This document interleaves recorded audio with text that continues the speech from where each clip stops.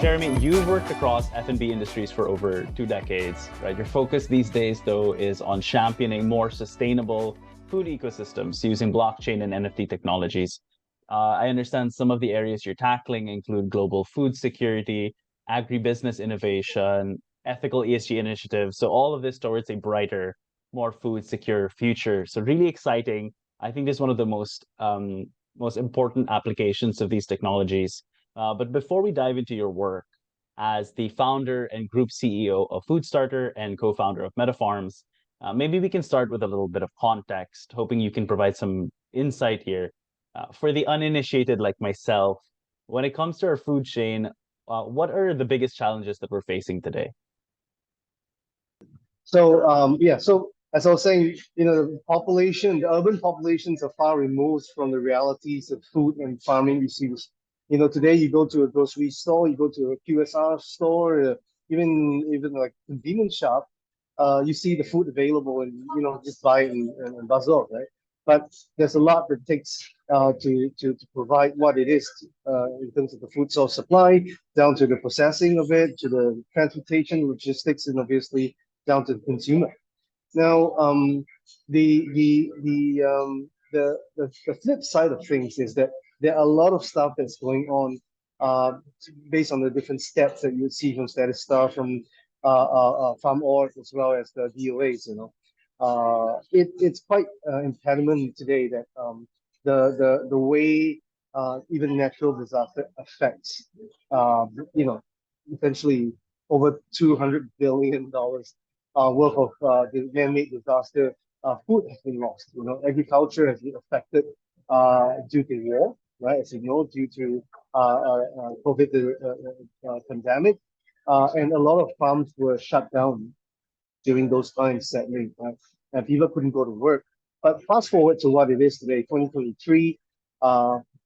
If you look back just not so long ago, some of these unnecessary culling of livestock still exists. Hunger and malnutrition still exists. Food security, it's still a challenge, right? And of course, there are a lot of badly managed supply and consumption, which is your annual wastage of 1.2 trillion tons of food wastage globally. And all of us are really, really part of this problem, right?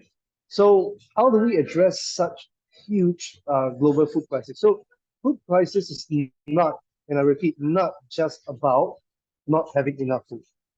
It's having enough, but not managing it well. Having to know the wastage challenges and not doing something about it. And most importantly, having food sourced not evenly or at least distributed to where all the populations are, right? So when Foodstarter decided to plug the flag into the Philippines, beautiful nation that we believe is and should be the leader in agriculture, right? At least in Asia.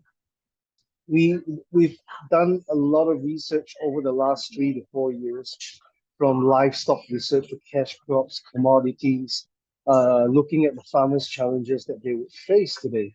And very often we see similar issues that farms faces, right?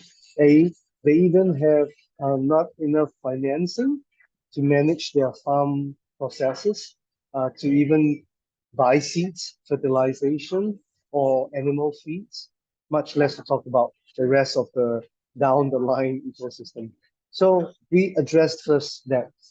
So Foodstarter began looking at how can we use technology to drive a successful farm output, right? Because everything is measurable, right? So we started with partnering up with a good friend of ours named Randy Alayon. He's based out in Buffalo.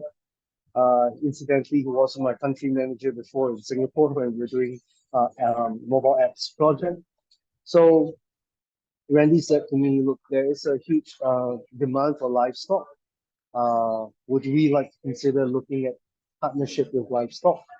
So I flew to Buffalo. We looked at the regions, and yes, lo and behold, there are lots of livestock farms. But what is unique about Buffalo till today is that there is no African swine flu. So in the entire Philippines, Bacolod is the only region that has no ASM. Hence, it is very safe for us to look at helping this group of people, this group of farmers, and with the right connectivity of financing, farming process, livestock management, and then obviously output sales, we should be able to see the improvement of lives. So there we were. We said, okay, let's start fundraising. um, we toyed with the idea of using NFTs, non-fungible tokens, right, as a representation of the actual assets in the farm, which is the um, souls, the mummy pigs, right? Right. What? And So, Jeremy, I mean, I just want to jump in really quick here. So, what you described sure, here, it seems like the traditional system that's led to all of this food mismanagement and loss, right, and wastage rather. yeah, It's both a systems problem and also a cultural problem. You described there's a disconnect between us as yeah, consumers and then where our food actually comes from. And that's so right, that's the area that you're trying to tackle, as I understand it. exactly, So exactly, yes. awesome. So how exactly, you touched on this already, but how exactly, or rather, what opportunities do, let's say, blockchain and NFT technologies present in solving that issue? Yeah. So by bringing NFTs into the agriculture, we started tokenizing and creating smart contracts on the livestock.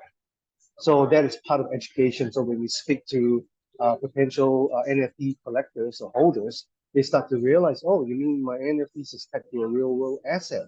I said, yeah, it is important. You know, it's not just a physical or digital painting or drawing or a nice picture of a pig, you know, but it is linked to livestock in the Philippines and in this case in Bacolod in Santa Rosa. So they were very keen. So what we did was we went, we filmed it, we put it on our website. We talked about the livestock farms that we're working with, the types of different types of pigs that are growing in this farm, the output process, and we tokenized that whole chain, of farming, or in this case, of livestock growth. And when the NFT communities in Singapore, in Dubai, in Australia started realizing that they could contribute, right, to agriculture by not farming themselves, but appointing farmers to farm. And then we were there to do the proper KYC. We need to make sure that they have their BRI certs, they're operating as a farm. So it doesn't have to be a huge farm, but what it does is that it creates opportunity and job employment, right? For people to be able to work, especially for people who wants to be livestock farmers. So we got Randy to engage the different smaller group farming, and then they came together. He hired a bunch of them, trained them in terms of the procedure in which we felt was best for livestock growing in the piggery industry. So we started with 10, 20, and today there's over 400, 500 pigs in our farms. And this was a hard work over 4 years, period. And kudos to my farming team in Bacolod, in Alayon, Piggery. They really, really did a great job. They even massaged the mummy pigs when they were pregnant, that sort of thing. Talk to them, play music, wash them down, hose them down, and have a bio gas tank to process the waste. So that is the sort of responsibility that we need to make sure that every farm looks at before they really want to go into expanding aggressively, right?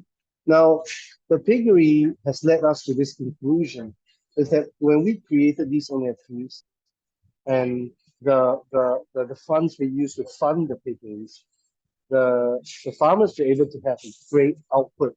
So every mummy pigs were able to produce anywhere between 8 to 15 per cycle. They do about maybe two or maximum 2.5 pregnancies a year. And the piglets are the kochi. Once it's born, we sold it all, right? And the proceeds comes back to the fund, and then obviously we push it back to the wallet contributors that bought the NFT. So that's how that works. And that's how you reconnect to the consumers to realize that, oh, okay, I can do good with farming, right? Farm for good, using technology. So that was how we started.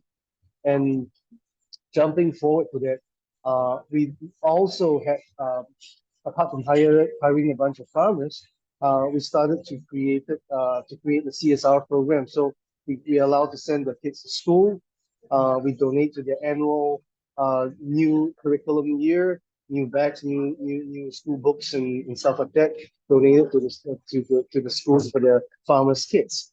And sadly, one of those hurricane that affected one of the farms, the newer farms, was one of our farmers' granddaughter passed away, and she's only 7 years old. Yeah, so really sad. Her name is Joanna. So in her name, we donated to the whole school, her school, a new school year of supplies, and we just wanted them to understand that doing good in farming is not just about growing produce, feeding the world, but also the other social impacts around it. So these farmers are now our family. Uh, we call it is it um, what is that word? Kabayan? Is it kabayan in Philippines in Tagalog? Yeah, right. Yes. It is, right? Yeah. Yeah. Yeah. So Kababayan. it's yeah. So we felt that we need to level them up, the skills up. So we started a butchery using the funds that we made. It's a deli at the butchery. So the younger farmers are now working in the butchery as well. And they like it there, right? It's air conditioned, Wi-Fi, music, talking to customers. Yeah. Yeah, and then they could be a testament to where these pigs are coming from. So that is really, really something that we felt was so important. So the NFTs that the holders collect right now consists of three key things, right? One is the APY that they receive, which is 20% every year, not cherry at all, right? Second item is that their partner restaurants in ourselves, our own deli, that they can come taste the food, taste the barbecue that we do. And thirdly, we have a franchise tonkatsu business model coming up, which allows them to franchise at a discount, and we could supply the livestock as well as the ingredients to the NFT holders. So we don't want NFTs to just be about the digital aspect. We wanted there to be a physical, commercial aspect that people could relate to. And then once they're connected to the NFTs, they realize that, oh, I know where my farm stock are. You could irrevocably tell people, I grew my own pigs, right? Not me, but the farmers did. And now I have the business to show for. So which is really important. Yeah. I Jeremy, hope I that think this is answers. no, I think this is again a really one important use case for blockchain and NFTs, but also a really interesting one. And I think moving forward, I enjoy seeing applications of NFTs that are and NFTs not just for NFT's sake. It's not they're Yeah, not just exactly. collectibles. There's nothing wrong with that, but it's not That's just a right. collectible. There's a physical aspect, like you said, it's asset backed. But in this case, it's very concretely you're supporting a more circular food economy, right? And I think it's very exciting. But I just wanted to just kind of dial in on what does using NFTs in your model do or enable that let's say traditional systems have failed to do. So first of all, traditional financing comes with a form of interest, right? Generally, and the KYC process is quite lengthy, right? Now, if today you ask a average farmer, let's say in Jensen, who owns 10 hectares of coffee farm, and he needs financing to buy new coffee seeds, he needs salter, sifter, roaster. That's a lot of financing that really comes. What we did and what we're doing right now is that a real case example, we are able to provide financing for farmers using NFTs with no interest, right?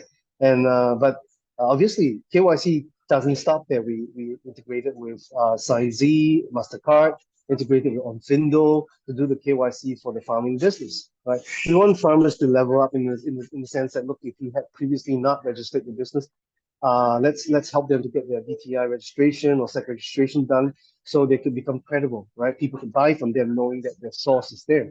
And And I don't want them to be treated as, oh, let's get a bunch of farmers. If you are a coffee exporter or some sort of a roaster company, and then you go to a region in Shenzhen, and then you go like, okay, whichever region that you step into, you appoint a couple of farmers to grow, sign a contract with them, and they grow. You get the farm's output, and it ends there for them. Very often, in the traditional sense, that's how it's done, right? But we want to take it one step further. We provide the financing. We have KYC done. We want to also acknowledge the farmer, right? We want to tokenize an NFT that talks about the farmer. So we're so excited that in the next couple of months we'll be partnering up with the Southern Luzon Farming Co-op. It's a co-op that's made up of over 300 farming co-ops. It's really huge, right? And in Southern Luzon itself, I think Just it's for somewhat and over. just I was gonna say, so how many farmers are we talking about in this umbrella? Okay. Our objective is to work with the co-ops and DTI and VA to tokenize 500,000 farmers. Wow. Okay, which is to create digital certification to recognize who they are, what kind of farming career that they have, their resume in short, right? And the digital certification allows them in future to work around different farms or even overseas attachments, which then they learn about different types of farming.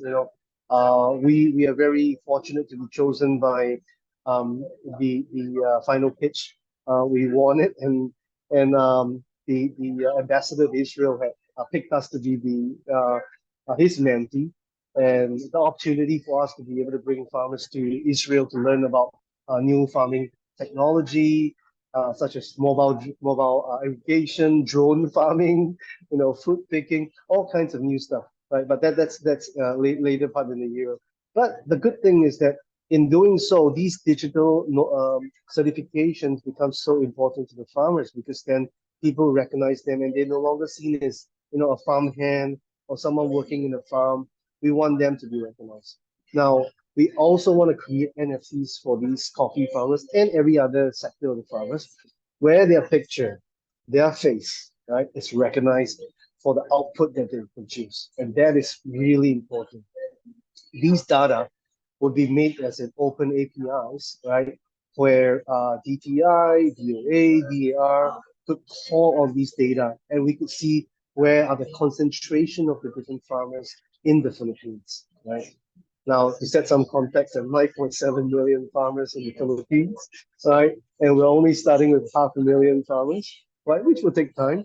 But in Luzon itself, I think easily 5 to 10,000 farmers that already is part of the co-op. In the larger scheme of things, we could scale this up really quickly. And it is so important, back to what I was saying about the coffee, is when we appoint these guys to grow, they recognize, they feel a sense of Filipino pride. They are now known worldwide on the blockchain, right? And and that story could then become a narrative for other farmers in other parts of the world. Not only are they eventually paid some form of royalty, when they become part of the Metafarm games, I'll talk about that later. It shows that there is longevity and sustainability in the right use of technology and gaming, right? Now, these coffee farmers also, as they expand, they need more financing. So the traditional method would find it very hard to compete in this new world financing model of crypto blockchain NFTs. In fact, I encourage all banks, right, if you're listening, to come into blockchain technology to finance digital finance, but using blockchain to tackle what is then your always concerning issue of KYC of a farm or a farmer or a farming business, right? There is a disjoint because then it becomes like how do we account for the output? So we're showing very clear examples of how do you account for the output because we have a promissory from Foodstarter, food trader, to buy their stocks Mm. and then set it up, right? So we did a successful batch. It's a small batch, but from Amadeo Coffee, exported to Malaysia. and the cold brew coffee in Malaysia it's called Arabica. They're that particular brand. They're producing it there in Malaysia, and the taste was good using Baraka. So it is very essential for us to um, explore with different partners in terms of the food ecosystem, whether they're in Philippines, in ASEAN level, to be able to export the farm produce. When we export the produce that I mean, the revenues that we get back, we can reinvest back into the coffee farms or any other commodities or cash crop farms. So that is really, really important. And I urge all farming businesses to really explore these, not just with Foodstarter, but also with your local banks. If they want to come into, they'll find some form of partnership that we can work with together, right? And the output of the NFTs, in this case for the farm, we call it Meta Cafe NFTs, right? What is different from the Piggy NFTs is that when you buy these Meta Cafe NFTs, we give you 12 bottles of cold brew, which is our own collection. We have hazelnut flavor, vanilla flavor, chili, chocolate, all that range. It's really nice. And also, you're able to attend a full day um, cold brew coffee barista class, which will train you to be a barista in terms of brewing cold brew. So every Filipino, if you're not in directly in coffee farming, but you are interested in running as an own cafe owner, you can attend this course. And it's part of the collection, you're part of the community, right? So in future, when your cafe sets up, you could benefit from the fact that you already are part of the Meta Cafe NFT community.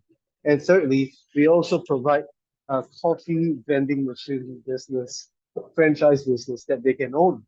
So the data in the coffee machine is a dashboard data that's on the cloud. So you could see how much of the coffee that you harvested or you bought from our coffee farmers, and then you could place your coffee vending machine in the airport, in the BPO, of course, in transportation hubs, or even in partnering with coffee brands that closes at night and your coffee could still be available, right? So that's how that franchise works for the Meta Cafe NFTs. So it is for us a big deal because then we want to alleviate again the coffee farming industry or sector, up to top three in Asia. It should be. There's so much coffee farms in the Philippines, and they're not maximized at all. Yeah. Jeremy, I love how comprehensive the business model essentially is. Like all these Yeah. different components. This is really your decades of experience in F&B shining through here. And it's exciting to see. And I think, I mean, as with any initiative in Web3, everything begins and ends with the power of your community, how organized it is, the quality of the members. And so I see a lot of the very important kind of infrastructural work being done here to Yeah. bring in the right kinds of farmers and the right kinds of partners. So I want to talk about that ecosystem building that you're doing in a second. But Sure. before that, you mentioned Metafarms a couple of times now. I Yes. just wanted to clarify. So what exactly is Metafarms? Tell me more about the work you do. So Metafarms is the brainchild of my co-founder and myself, Warren. We thought through that process with our entire team. So it's a partnership between Actuality, which is a Web3 metaverse game builder. They're doing ecosystem building, huge stuff, right? And together with Foodstarter, we felt that it is important to be able to merge gaming and farming together. So Metafarms is the world's first digital farm, okay? World's first digital farm. And we won that in final pitch because the judges were able to see that the game could provide sustainable business modeling for not just gaming but also farming. So we merged that together and we created this game called Metafarm, and it's able to incorporate different types of farming sectors for livestock, agriculture, cash crop, so on and so forth, even seafood and all that. And when a gamer eventually is able to start playing, we're going to launch it very soon in September, right after Philippine Blockchain Week. We're partnering up with credible guys like YGG, VGG, to do game testings. There are a lot of community partners that we would onboard. Especially, we want them to take it really seriously. So unlike Axie or Farmville, this time around it's tech to real farms, right? So if you're actually using one of the livestock games, growing, let's say, cows or pigs in this case, you could farm, you could pet the cow, you could feed it, hydrate it, fertilize, bring good feeds to it, and you could see the data of the pigs or the cows being translated on the game itself. Now, in reality, when the winner when the gamer um, farms and win tokens, they could then stake it or buy the NFTs. Once they buy the NFTs, funds will make obviously available, and that will be translated to the farmer's wallet, and the farmers are able to use the funds to basically grow the farm, have the right yields and outputs, and then from the earnings reverses back to the wallet contributed to the farm. So that's the long and short of it in terms of Metafarm game. But the game itself, let me talk a bit about it. It's exciting because you're able to behave like a farmer. So there is like um, the poop of the cow or the pig, you could fertilize the carrots or onions or kangkong or whatever that you want to grow as part of the ecosystem. And if it's kangkong, for example, then we'll be tagging it to a real kangkong farm. The interesting thing about the kangkong farm is that we'll be able to buy once the kangkong is harvested, the stems of the kangkong will be donated to the Cavite Zoo for the animals. Okay, so it's fully utilized. The leaves itself are sold to one of many of the kangkong chips manufacturer in the Philippines, and to produce the right kind of products that we can once again sell within or export out of the Philippines. Right. So the game itself would emphasize on different types of farming ecosystem, farming cash crop outputs. The top five or six ones that we're going to start with livestock, coffee, cacao, avocado, um, as well as high yield cash crops, right? To be able to produce these. So that will be translated in the farm game itself, right? And then once you register your avatar, you start farming. There are a lot of new challenges, environmental challenges, carbon credits, attacks from pesticides from aliens, pesticides from space that's going to attack the farm, and then you have to find ways to defend your farm, right? As part of the gaming process, right? And of course, there's certain power ups and speeding up, right? So there will be some tokens that you can buy, of course, at the same time, and that helps to fund the game as far as the farms. So in all, uh, the tokens that we're trying to introduce in game, these are not really tradable tokens, but in game tokens for the purpose of creating that ecosystem so that you have that float, right? To create and make it sustainable. So you can't rug pull that project because there's a float there. At the same time, that float is then tagged to a real farm, right? And that real farm produces real output, real results, real profits. It comes back to that float, and then as a pool, pays back to the gamers. So if guilds wants to come into play, guilds could buy the farmland because some I think guilds are richer, so they could buy the farmland, and their community can go into farm and play, right? So that's why we call it play to earn to farm, right? Right, Or play right. to win to earn Yeah. as well, right? Yeah. So it can't be just play to earn. So play to earn just ain't sustainable. As much as I know, there's a lot of gaming communities out there that's doing it, but it's time to be responsible with gaming, right? So we felt that Metafarms could be that bridge to connect gaming to farming, and also for the communities to feel secure. And you know what?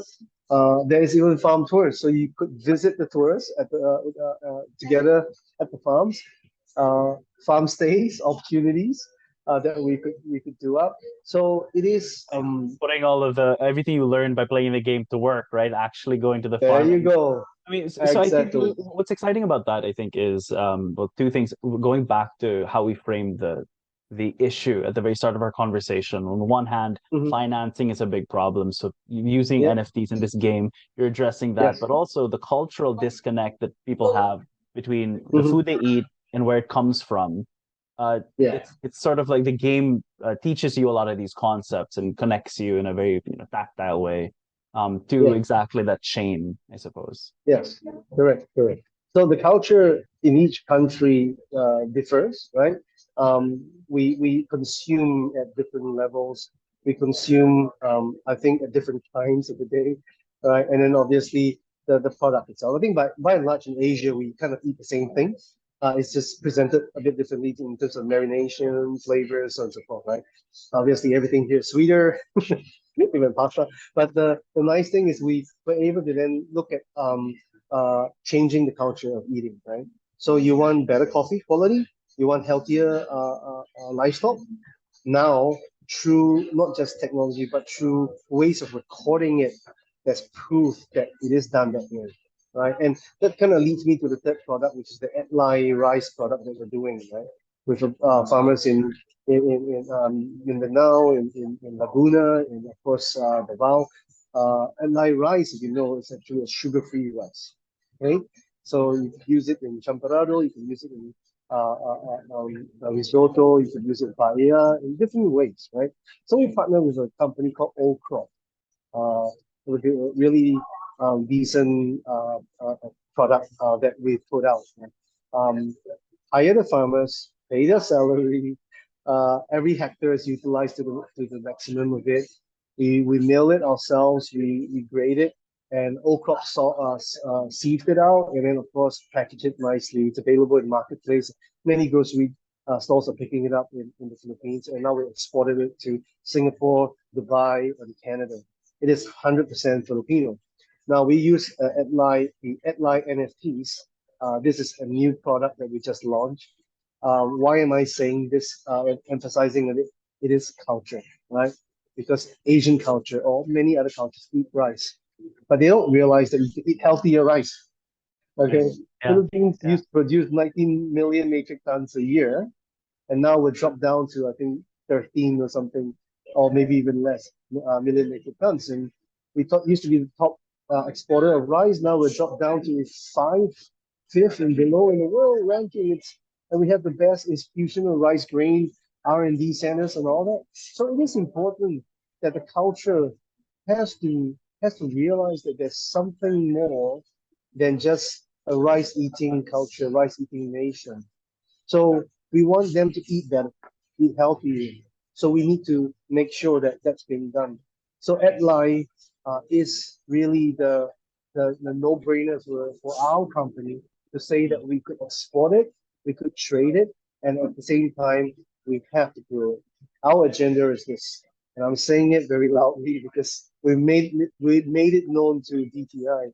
We want to grow 1 million hectares of apply rice in the Philippines, right?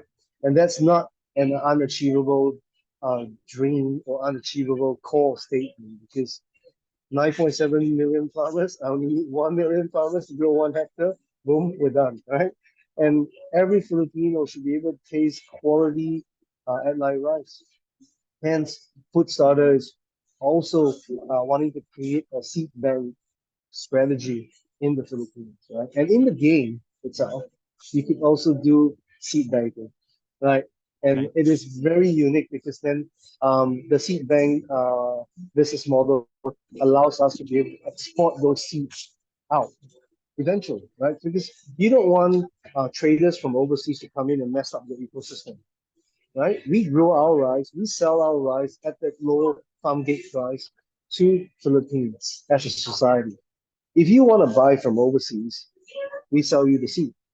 But some of those allocations that we exported out, because we want to also have a percentage of that exported Atlai rice outside of Philippines. So these businesses could understand that they're making some profit, we bring it back to the Philippines, then we use it to reinvest into our rice growing community, right?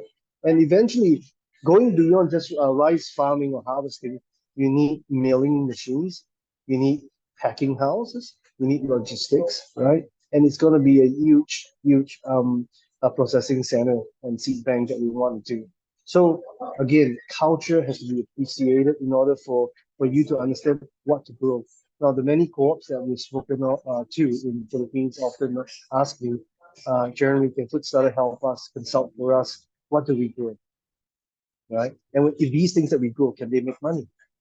Is there an off-taker for it? Can we successfully sell it out in local distribution? Or can we export it even? You know? So I understand there are pain points when they grow something, no one buys it, it goes to waste. If you drive around in Cavite over the weekends and near the farm, you could see sometimes they put like, oh, free corns, free dragon fruit, pick it up, right? Because no one bought it.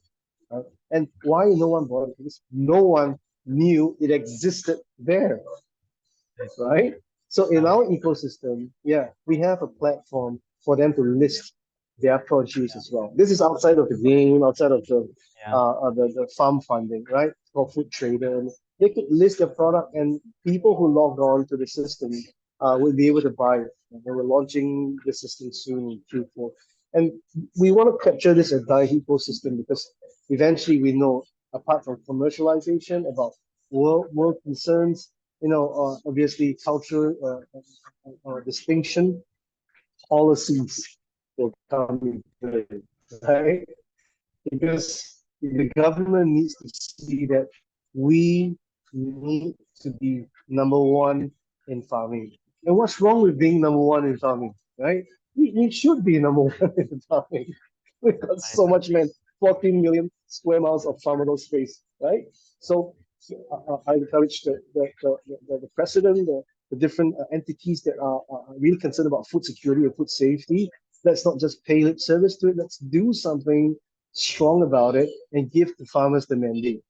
So, like we always say in our company, let the age of farming rise again, right? And it has to be in the Philippines. It has to be about Filipinos. It has to be about Philippine farmers, and it has to be about the pride of this nation, right? So agriculture and policy has to coincide, like the right kind of policy. We need to stop import of rice farming, import of rice grains from other country. There needs to be some sort of cap and tariffs on it that not just it's not about discouraging, but it's about protecting the country, right? Protecting rice farming in the Philippines. We need to make sure that Filipino rice is sought after by Filipinos and eventually exportable as well. So I'm just really excited that we could really work with the right partners to get this. But this involves every level of the Philippine society. Jeremy, I want to circle back to this point because I think this is an incredibly poignant one about the need for an ecosystem level response to this ecosystem That's level right. issue, right? But before that, you pointed out a lot of different stakeholders here: the co-ops, the government, the gamers, or playing the Metafarm games. But speaking now very specifically to the farmers, so I think are the linchpins here.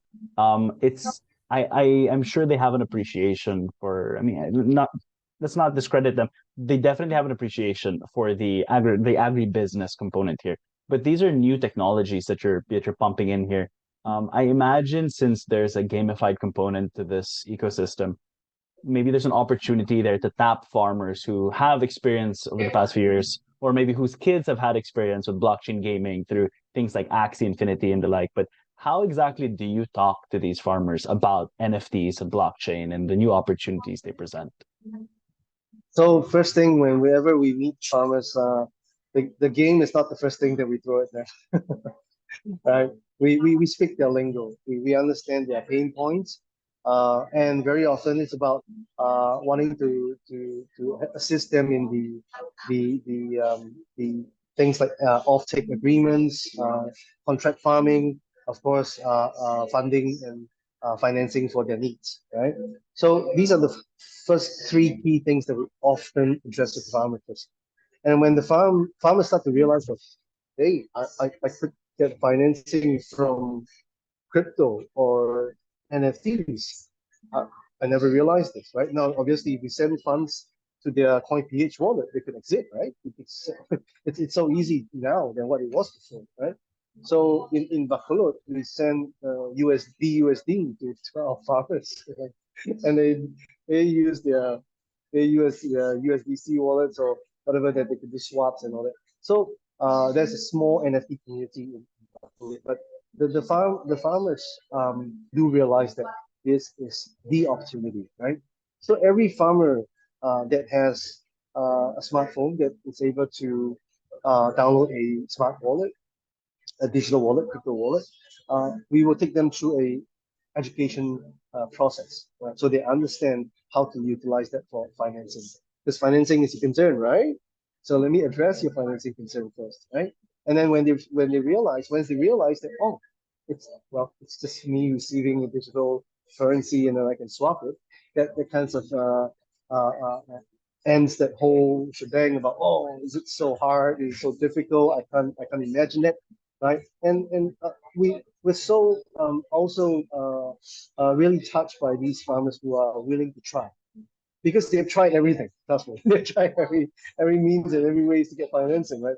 From co-op, from lenders, from banks, and all that. And it's not easy, right, for them. So now that they're seeing that this is a real NFT probability of ways of financing it, that they're coming in for it, right? So for pigs, for Adlai, and then obviously for coffee, we're using this NFT structure to provide the financing. So it becomes easier, right? We don't even need to convince them once they see the funds is made available. And the second thing is once it's harvested, once it's ready for the offtake, our team or our partners go in there, pick it up the product, and then again they see that they get paid. So when they get paid, they're able to pay back the contributors to the NFTs, right? So it's a tripartite relationship which helps them to see, oh, I could really use this because I don't need to talk to anyone else, right? I'm funded through the wallet. I grow my stuff. I do my farm process. I'm successful at it, and then I sold my product, and then I paid back those who helped me out, and then that's so great, and there's no interest there for them except for them paying back to the contributor the net agreeable contract in the first place. So that structure actually further improve the thought process. Right? And this to me is very key because if you educate them clearly about the utilization of blockchain and smart contracts and NFTs, it wouldn't be about a myth behind, oh, is it safe to use crypto? Am I going to be scammed? Whatever it is, right? So that's the key part that actually drives the message across to the farmers and create adoption. Awesome. Well, Jeremy, I'm gonna circle back to this point we keep touching on, which is this Yeah. ecosystem that you're putting together. And maybe, again, thank you for your time because maybe we can end on this. But like we said, massive ecosystem level issues like food security require massive ecosystem level solutions. So pulling Yes, together yes. all the different stakeholders to solve this problem. So you've touched on this already, but I'm hoping you can expound on it. What type of partnerships and collaborations do we need to strike as a society to be able to properly leverage all of these new technologies, these new innovations, and actually meaningfully and sustainably crack the food security crisis? Yes, so I think we have to look at the policies in place at present, right? The export and import policies. What do we allow into our society? What do we allow into the Philippines? And what are we sending out, right? If you look at Thailand, they're really good at ring fencing their imports. You can't just import stuff easily, right, into Thailand. There's layers of protection. Protectionism is good if you do it with the right interest, right? Not protecting for the sake of protecting. So policies in import export is important. So hence obviously DOA, DAR. If you look at the type of land assigned for it, the land usage of it, is it an agri-commercial land? Is it agricultural land itself? what is it producing, how much are we producing. It's nothing new to begin with. But these policies have to be refreshed and renewed and challenged from time and time again. I like the previous um, Secretary of Agriculture, Manny Bidron. He challenges very often, in fact, not on a daily basis, about what agriculture landscape and agriculture ecosystem should be in the Philippines, right? He's passionate about it. He goes around the country advising, consulting, and developing different farm technologies, farm methods, right? And we call it methods of farm greatness. And it is so important that you have the right partner with the right farmers and even the right entities that wants to come into farming, right? I think one of a very good example that the ambassador of Israel did was he brought together dairy technology, Metro Pacific, I think together with Carbon's Best and Meralco, decided to develop our own dairy farm, right? So I think it's going to be up soon next year, and you could see the success model is that private entities and policymakers need to shift and shape the right type of farming product that you can do, be able to onboard into the ecosystem. So NFT, not just NFT makers, but if you could create an enterprise NFT holder where they can fund the farm in future. This is of crucial importance because then investments and investment entities, even banks, could come in and say that we want to be part of this solution to provide that. So the policy translates to what kind of farming we're going to produce. The funding comes in to support them, and then there you go. You can control it. And what do we export out? Then could be decided as well, again, from the perspective of how much do we want to export out, right? If we say and we're serious for wanting to create a higher GDP for agriculture export, let's do it. Let's not just put a number there and say, oh, it's going to increase by 0.5, 1 or 2, 3%. Let's say that we want to exceed 12%, want to increase it to 15%, 20%. Why not? We're an agricultural nation, we should do it, right? And then more importantly, what do we allow in? Right? Again, it's policy, right? So if we don't want competition with our farmers, then the types of the produce and output that we allow the imports in should be safeguarded against. We can't just let anyone import large trunks and millions of metric tons of rice alone, for example, into the Philippines ecosystem, and then say that, oh, the tariff should benefit the farmer. No, it's naive thinking, right? So again, using the game, we could have an education aspect to it, teach people very clearly about if you are playing the game, the subliminal messages that we could put as runners, as when you do this, what does it impact your society and what does it impact in your country, right? So Foodstarter would not stop at sharing and propagating this to Filipinos that farming is of crucial importance. If we help each other, we help the farmers. That's how we drive it. And we even have a theme song in Tagalog coming that talks about helping each other and helping the farmers. And it's so important. And that has to be a message that's going to be driving across to every different regions, to every co-ops. But because at that middle level, they could impact the farms directly, while they then go negotiate with different their own internal DTI relationships. It could also impact requests of policies to the Department of Agriculture. Right? And we need a strong leader. We need a strong leader to run DOA to make it. I don't think DBMs will be able to appoint the right guy yet at the moment. I hope the right Secretary of Agriculture steps up to the plate and run this department really well and safeguard farming for the Philippines. So that's going to affect at every level that ecosystem. I mean, thank you so much. I think this has been incredibly enlightening. Again, an extremely exciting application of blockchain and NFTs. I imagine we'll be hearing more about it during Philippine Blockchain Week. That's right. So You will. yeah. So as we approach the end of our conversation today, thank you again for your time. Any last messages for the Philippine Web3 community? Yeah, we're not just a game. We're about saving lives, right? So when you eventually play the Metafarms game, remember this. We are really here to impact our lives as a society and of course the people that supports it. So save our farms, feed our world. That's what we need to get it. And that message that we hope to trickle down to the farmers is there is um, there is help for the farms. I don't want them to be discouraged as much as it can be uh, discouraging at times.